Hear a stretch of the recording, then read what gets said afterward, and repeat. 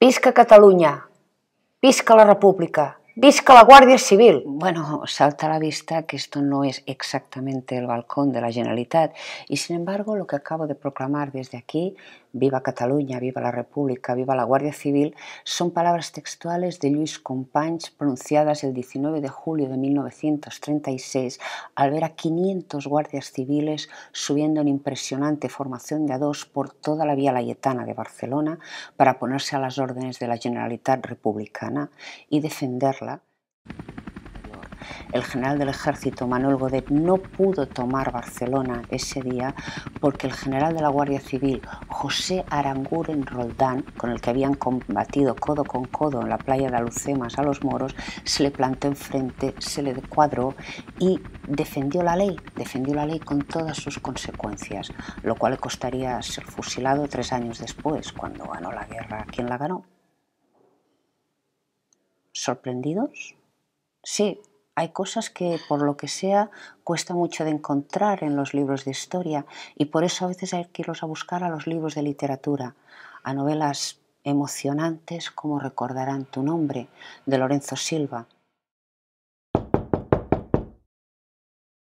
Vamos a hablar con él.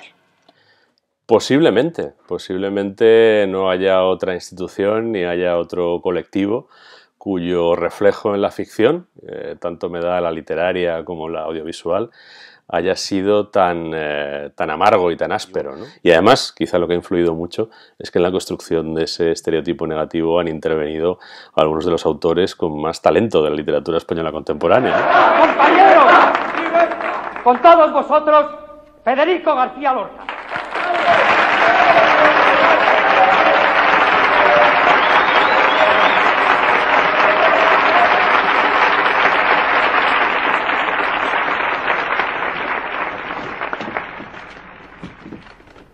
Voy a leeros algo que seguramente muchos de vosotros ya conocéis. A esos, por favor, les pido que me disculpen.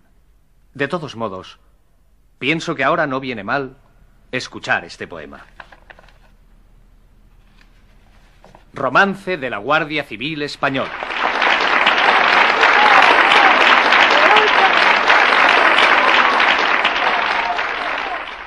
Los caballos negros son. Las herraduras son negras. Sobre las capas relucen manchas de tinta y de cera. Tienen, por eso no lloran, de plomo las calaveras. ¿No? Comenzando por el propio García Lorca. Sí, exacto. Si yo te digo a ti, tienen, por eso no lloran, de plomo las calaveras, ¿a ti cómo se te pone el cuerpo? Bueno, el romance de la Guardia Civil Española de García Lorca, y creo que son los dos versos más duros, ¿no? Más duros y más falaces. Los guardias civiles han llorado muchas veces y siguen llorando. Y yo he visto llorar a algunos, y no los he visto llorar por lo que a veces piensan algunos de sus detractores, ¿no? Por ver cómo se hizo una bandera o esas cosas abstractas. Yo he visto llorar a un guardia civil, por ejemplo, por encontrar al cabo de 20 años al asesino de una niña.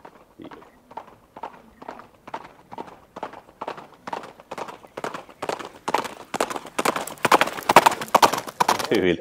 Claro, todo esto nos remite, sí, es verdad, a valores muy tradicionales y en cierto modo en desuso, ¿no? Ni está de moda el estoicismo, ni está de moda el quijotismo, ni está de moda ese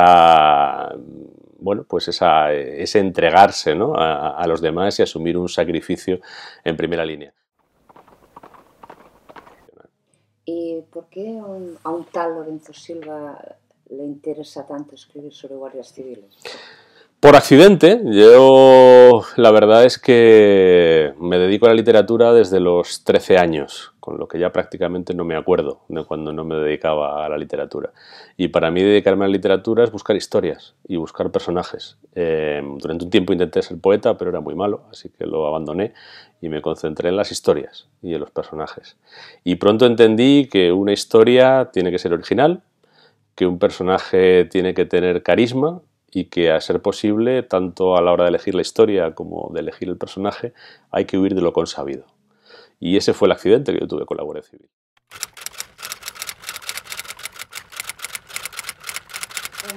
tú encontraste una mina de buenos de la película en donde teóricamente la gente buscaba los malos. Sí, sí, era cambiar mucho la aproximación del lector, invertírsela de hecho, ¿no? Yo sé que al principio alguna gente, cuando se encontraban mis libros en las librerías y al leer en la contracubierta que el protagonista era un guardia civil, los volvían a dejar en la mesa de novedades. Esto me lo han dicho varios lectores, ¿no? Háblame, por favor, de José Aranguren Roldán. Este es José Aranguren Roldán. Aquí está fotografiado en los años 20, cuando estaba en Marruecos, de jefe de la Guardia Civil en Marruecos. Fue un guardia civil. Yo creo que esa es la manera más rápida y más exacta de resumir su figura, porque yo me he tirado 7 años trabajando sobre su vida, sobre su papel en la historia, sobre su biografía detallada, tanto militar como familiar, y creo que la mejor manera de entenderlo, para mí, ha sido al final tener eso en mente. Era un guardia civil. Fue alguien que entró en la Guardia Civil y se creyó los valores de la Guardia Civil. Se creyó los valores de sacrificio, de servicio a los demás, de lealtad, de dignidad y de honor. Y alguien que se cree todo eso en España, pues saca muchas papeletas para que le acabe pasando lo que le pasó a José Aranguren Roldán, que fue morir fusilado como un criminal en el Camp de la Bota de Barcelona, ¿no? Porque la historia española reciente tiene una triste propensión a invertir los términos, ¿no? Y a convertir una cosa en su contrario y al revés, ¿no? Creo que la principal herramienta que han utilizado para que recordemos tan mal lo que pasó es ofrecernos siempre un relato somero. Por eso, a mí alguien me ha llegado incluso a criticar este libro por su grado de documentación y por su grado de minuciosidad. Bueno, yo, por ejemplo, he querido contar con mucha minuciosidad cómo se gesta la sublevación en Barcelona y cómo se bloquea. He querido contar con mucha minuciosidad cómo fue el final de la Guerra de África, que vivieron en primera persona muchos de los protagonistas de esta historia, Aranguren, Godet, Mola, Franco, porque creo que si uno no tiene todos esos detalles, uno no entiende lo que pasó. Uno se queda con relatos casi de tebeo de lo que pasó, ¿no? Producidos a ambos lados de la trinchera ideológica, ¿no? ¿Y por qué tenemos que ir a la literatura para rescatar a estos personajes? Pues porque yo creo que la literatura es la única que puede funcionar exenta de toda una serie de servidumbres que son las que nos han conducido a este relato somero. La primera servidumbre es la ideológica. Yo tengo mi ideología, como todo el mundo. No voy a pretender ser un querubín virginal e inmaculado. Tengo mi ideología, pero a la hora de hacer un relato literario puedo renunciar a ella. No la necesito. Incluso en algunos momentos me estorba, con lo que me la sacudo alegremente. El sistema educativo será propio y desarrollará el llamado currículum vasco. Y no teman, porque en ese currículum vasco no habrá espacio para la exclusión, para no reconocer las grandes obras de la literatura, cómo no, y sirva como ejemplo reconocer a alguien que fue capaz de escribir hace más de 70 años algo tan certero y tan vigente, por desgracia, hoy como esto. Con el alma de charol vienen por la carretera, jorobados y nocturnos por donde animan, ordenan, silencios de goma oscura y miedos de fina arena. Federico García Lorca, Romance a la Guardia Civil. Este libro está recién salido del horno, no es solo mío. Realmente es un libro que es mío en una pequeña proporción, nada más. Creo que este libro realmente es de muchas personas.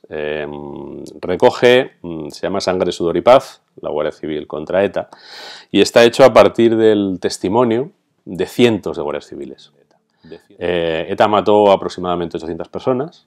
De esas 800 personas, 210 fueron guardias civiles. En el momento que comprendieron que prácticamente no podían moverse sin que un enjambre de guardias civiles les cayera encima, decidieron anunciar el cese el fuego, ¿no? Lo han disfrazado de otra manera, pero lo que finalmente han hecho ha sido rendirse, que es lo que pasa en un combate cuando el enemigo tiene más fuerzas que tú, más inteligencia que tú, más recursos que tú y además te sorprende una y otra vez y se adelanta una y otra vez a tus acciones. Aquí hay referencia a todo, a los errores del principio que contaba antes, a la guerra sucia, incluso a los casos de torturas. Es decir, que yo no tengo necesidad de maquillar la historia porque creo además, y eso se lo digo yo muchas veces a los guardias civiles, la mayoría de los libros de historia de la Guardia Civil los escriben guardias civiles. Y entonces cuando uno llega a los episodios oscuros, el guardia civil historiador, que los hay, y hay varios y buenos además, se pone muy autodefensivo. Y yo siempre discuto con ellos, incluso si me lo permiten, porque tengo amistad y si me permites la frase o la expresión, hasta les regaño. Digo, no seas tan autodefensivo cuando hablas del crimen de Cuenca. No seas tan autodefensivo cuando hablas del caso Almería. No seas tan autodefensivo cuando hablas del 23F. Hay hechos que son los que son y están probados. Y lo importante es cuánto pesan todos esos hechos juntos, puestos en el platillo malo de la balanza, contra todo lo que se puede poner desde la Guardia Civil en el platillo bueno de la balanza. A mí estos días, por ejemplo, cuando está tan en entredicho la presencia de la Guardia Civil en Barcelona, pues una historia que le recordaba yo a alguien es cómo llegó la Guardia Civil a Barcelona, cosa que prácticamente nadie sabe en Barcelona ni en el resto de España, porque estas cosas pues no forman parte de la memoria, ¿no? Por alguna razón. La Guardia Civil llegó a Barcelona el mismo año de su creación, en 1844. Estaban allí en el otoño de 1844.